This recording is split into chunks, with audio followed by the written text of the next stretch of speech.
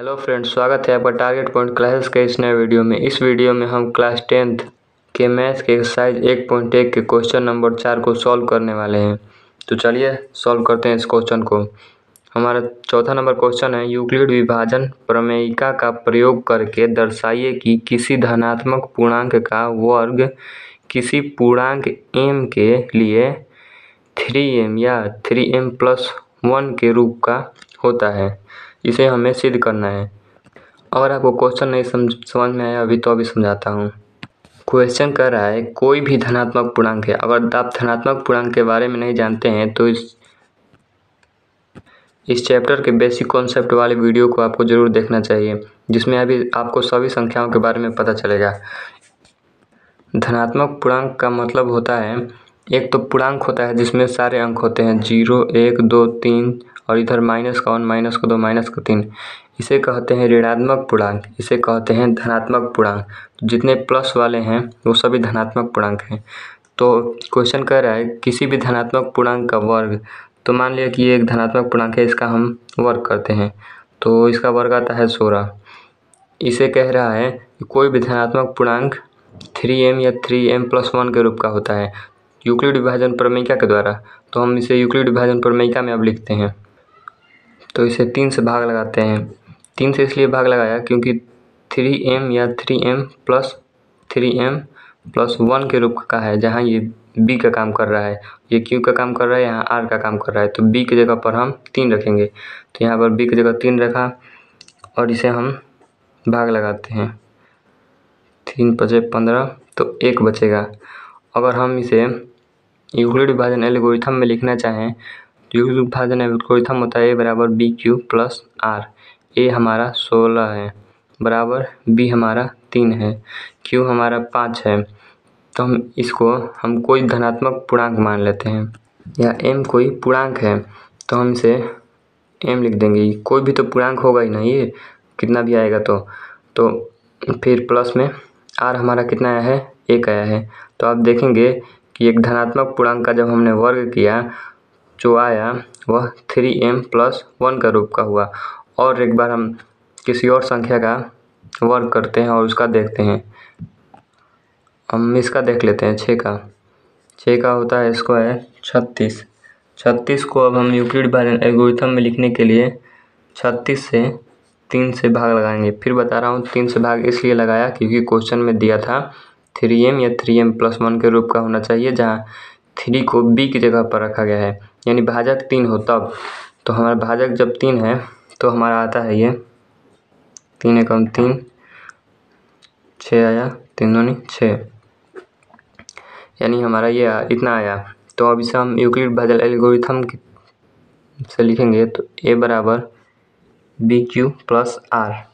a हमारा 36 है, b हमारा 3 है, q हमारा 12 है। इसे हम एक पूर्णांक मान लेते हैं। पूर्णांक को हम m लिख देते हैं, प्लस r हमारा 0 है। तो यह हमारा आ गया 3m के रूप का। तो आपने देखा किसी धनात्मक पूर्णांक का जब हमने वर्ग किया तो उसका वर्ग 3m+1 का रूप का आया और 3m का रूप का आया। तो ये दो संख्या नहीं है, ऐसे बहुत सारी संख्याएं हैं जिनका वर्ग करने पर उनका वर्ग 3m या 3m+1 के ही रूप का आता है। इसे ही हमने सिद्ध करना है। तो चलिए हम सिद्ध करते हैं। ये तो केवल समझाना था। ये आप क्वेश्चन को, इसको आप पेपर में नहीं लिखेंगे, पेपर में जो लिखेंगे वो अब बता रहा हूँ। सबसे पहले लिख देंगे, किसी भी क्वेश्चन को बनाने से पहले हल लिख दिया जाता है। उसके बाद लिखेंगे, मान लेंगे पहले कि माना a एक धनात्मक पूर्णांक है। मान लेंगे कि a एक धनात्मक पूर्णांक है तथा b = 3 है। b = 3 दिया हुआ है, पहले से बता रहा हूँ, आपको ध्यान रखना पड़ेगा। b = 3 दिया है। अब इसे यूक्लिड विभाजन प्रमेयिका द्वारा लिखेंगे। यूक्लिड विभाजन प्रमेयिका द्वारा या से भी कर सकते हैं, यूक्लिड विभाजन प्रमेयिका से। यहाँ पर ये भी लिख सकते हैं यूक्लिड विभाजन एल्गोरिथम से। तो हमारा यूक्लिड विभाजन प्रमेय का ए बराबर बी क्यू प्लस आर। ए हमारे यहाँ पर क्या माना है हमने, ये तो हमने यही माना है जो हमारा भाज्य होता है। तो ए हो गया बराबर बी, यहाँ पर 3 दिया है, 3q प्लस आर हो जाएगा। अब देखेंगे यहाँ पर अगर हम इसका भाग लगाते हैं, ए भाजक इधर होता है, बी जो होता है वो यहाँ होता है, और q यहाँ, आर जो शेषफल आता है। तो यहाँ पर ये तो ए है, उसे ही हमने सिद्ध करना है कि इसका रूप कैसा होगा। और 3 हमें दिया है, ये तो बदलेगा नहीं। q को हमने m मान लिया है। q हो या m, दोनों एक अचर संख्या है, चर संख्या है, इसलिए हमने q को m मान लिया है, एक पूर्णांक मान लिया है इसे। तो यहाँ पर केवल r बदलेगा। तो r का मान क्या क्या आ सकता है, r का मान कभी 0 भी आ सकता है, फिर 1 भी आ सकता है, 2 भी आ सकता है, लेकिन 3 नहीं आ सकता। अगर यहाँ पर 3 आ गया तो 3 एक बार में कट नहीं जाएगा, तो शेष कहाँ बचेगा, फिर 0 आ जाएगा, इसलिए 3 नहीं आ सकता है।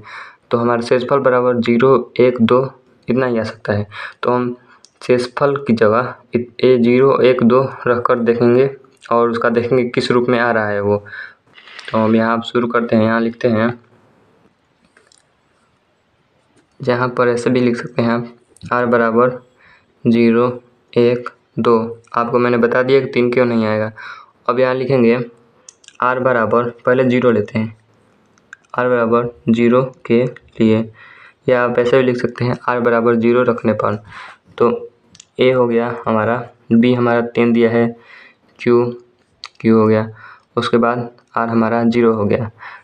तो हमारा आ जाएगा 3, यहाँ q को हमने m माना था, तो ये आ जाएगा हमारा 3m के रूप का।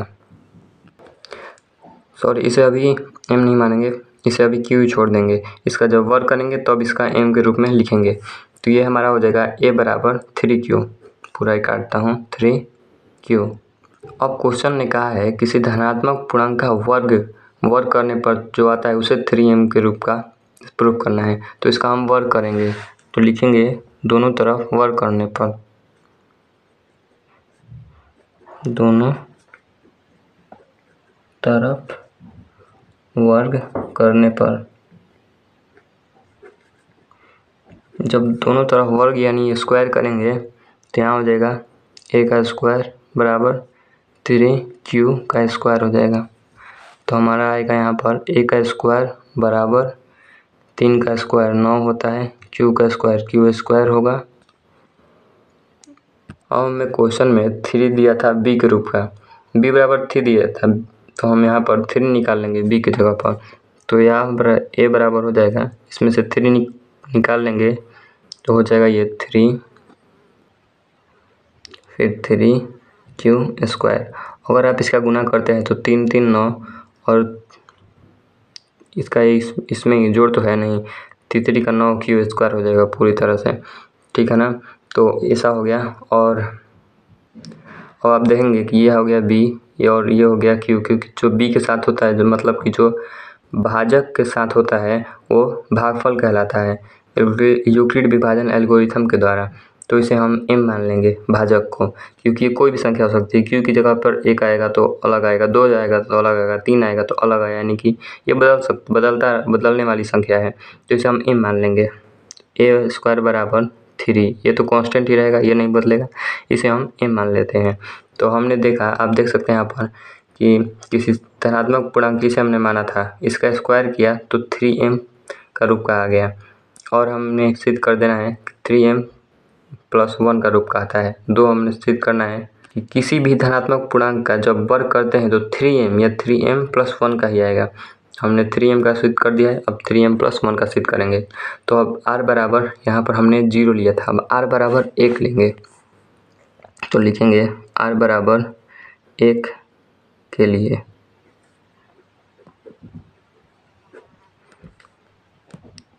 a बराबर 3q प्लस r की जगह पर 1 लिखेंगे। अब इसका दोनों तरफ वर्ग करने पर, दोनों तरफ वर्ग करने पर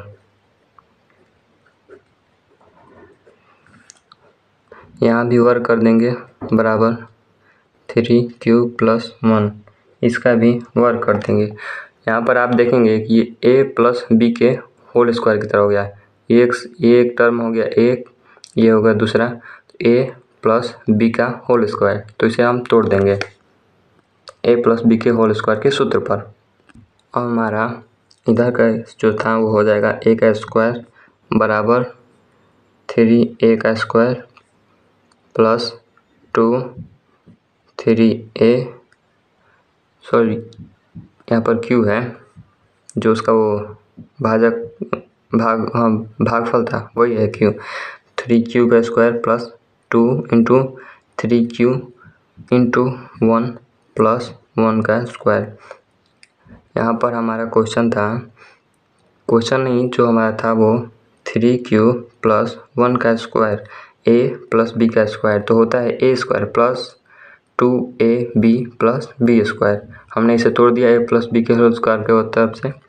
अब इसे इसका स्क्वायर करेंगे तो ये जाएगा a स्क्वायर बराबर 3 का स्क्वायर 3 का 9q स्क्वायर प्लस 3 दूनी 6q प्लस 1।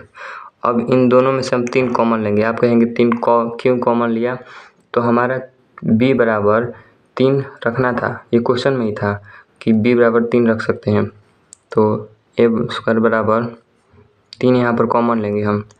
3 कॉमन लिया तो यहाँ पर बच जाएगा 1।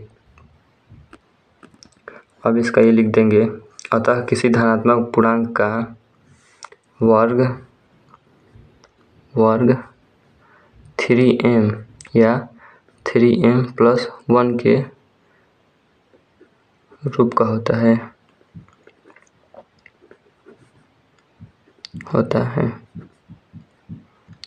हमने पहले निकाला था 3m के रूप का होता है, और इसका जब हमने स्क्वायर किया फिर हमने इसका a प्लस बी के होल स्क्वायर के रूप में तोड़ा तो ये इतना आया। उसके बाद इसमें से हमने 3 कॉमन लिया तो ये आ गया।